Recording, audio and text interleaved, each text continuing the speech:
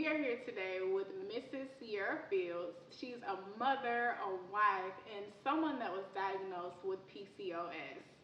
How are you doing today, Ciara? Doing good. How are you, Brittany? I'm doing fine. Good. So, I want to know, can you explain to us what PCOS is? Okay.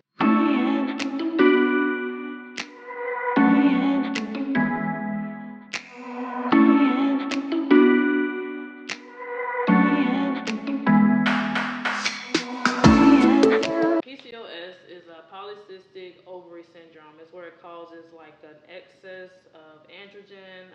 It's a hormonal imbalance, and it causes your ovaries to be enlarged and covered with cysts. And so with that comes with a bunch of other symptoms, like I won't say symptoms, but it causes a few other problems such as like obesity, irregular periods, infertility. Yeah. And then it's like excessive like facial hair on some women, but it varies depending on the person. Yeah. Okay. And then when were you diagnosed? I was diagnosed in 2017. So got married in 2016, and so of course the natural thing is you want to try to start planning the family and all that stuff, and then you're like, why isn't this just coming? Yeah. Naturally. So I scheduled an appointment with the doctor, OB doctor, and she was like they want to do some blood work, and so they did the blood work on me, and she was like it was blood work, and she did like a ultrasound. Yeah. And so on the ultrasound it showed like my ovaries, and it had like little spots and stuff on it. Those spots, they were cysts, so they were making it hard for me to even conceive naturally anyway. Yeah. And so the blood work showed kind of like because PCOS in a way is kind of like diabetes, so they say it's like pre-diabetes, so that's what the blood work showed. And so from that, after I had the blood work and the ultrasound done, they wanted to put me on this medicine called metformin. Mm-hmm. So metformin is supposed to help get everything regulated, cause you to lose weight. It's supposed to keep you from getting diabetes, but I hated taking that medicine because I lost the weight now. I went from 214 pounds to like I think like right at 200. Yeah. And so, but you lose weight because it messes up your stomach so bad. Does it make you sick, or it's like it just makes you stay on the toilet. Okay. so I said, oh no. Yeah. I stopped myself from taking that medicine, so I stopped taking it after a few weeks. Once I got my weight down, and then they also put me on like birth control to kind of regulate my cycles and stuff. And so none of that was working. I think I came back like maybe a few months later, and the doctor was saying she was gonna get me started on what was it? Clomid? I can't think of the name right now, but it was some kind of medicine that help you to conceive or whatever. Yeah. So it's like a fertility drug. So yeah, that's what it was. But when I came back to get the fertility drug, I was pregnant. So just by God, having faith, we were pregnant. Before I can even get started on the fertility medicine. So.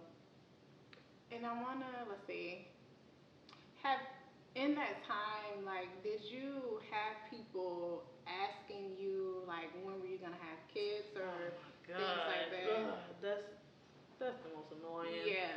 The most annoying thing, because it's like, I'm young, I'm married, so of course naturally you're like, oh, when are they gonna have a baby? Oh, I'm ready for grandkids, or I'm ready for whatever. It's like, it's my body, it's my time. Respect that. Absolutely. And then for you to, it's like people don't know what you're going through, so they're just like, oh, well, where's the baby? Oh, it's time to make some babies now. And it's like, listen, I'm struggling every day. Right. I can't even conceive a child. Like, how most people kiss them, they're pregnant, But it's like, but it's like, for me, that was the hardest thing, waking up and then just not feeling like I was a woman, because I couldn't even like do what I felt like God, that's what He produced me, created me for, to be able to, have children or whatever. But I struggled with that for a long time, and then the first child, was all excited.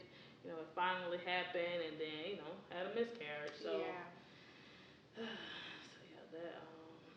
another setback I know for that me. was really discouraging. Like, did that make you want to keep trying, or did you just, how did you feel?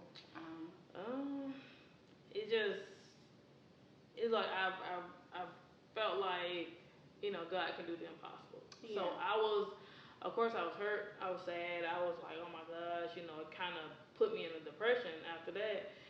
But I was like, okay, if He can do it this time, give us a child, then He can definitely do it again. So it really like increased my faith level. So I'm like, okay, God, you did, like you did this for me. I didn't even have to get on no kind of fertility drugs.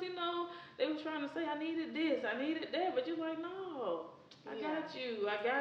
So I'm like, okay, we'll do this again. So 2 months later, I was pregnant again.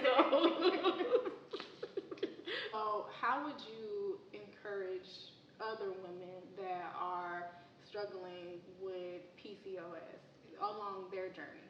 Some women struggle with a lot more than I have struggled with when it comes to PCOS. Because some women are like, that it's hard for them to get the weight off. It's hard for them to get everything like in balance for a certain amount of time to be able to have those periods like regulate just for a few months or whatever. And so, and they have to do like surgical treatment and all kinds of stuff. So I thank God that I didn't have to take it that far, in order to conceive children. But I would just tell them to just kind of, it's not curable, but I feel like it can be managed. Like just stick with it. Whatever the doctors put you on, kind of stick with that regimen. And then if you're, have a what's the word?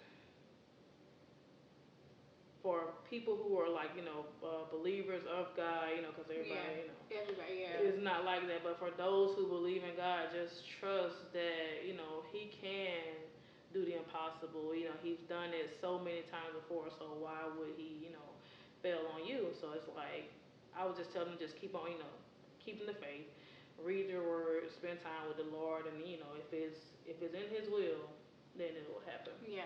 So Absolutely. Okay. And so, for those of you that don't know, Ciara is a mother of two beautiful daughters, Sarai and Aria. I want to say thank you for sharing your journey, your experiences with us today, and thank you for being on the BEssentially Well podcast.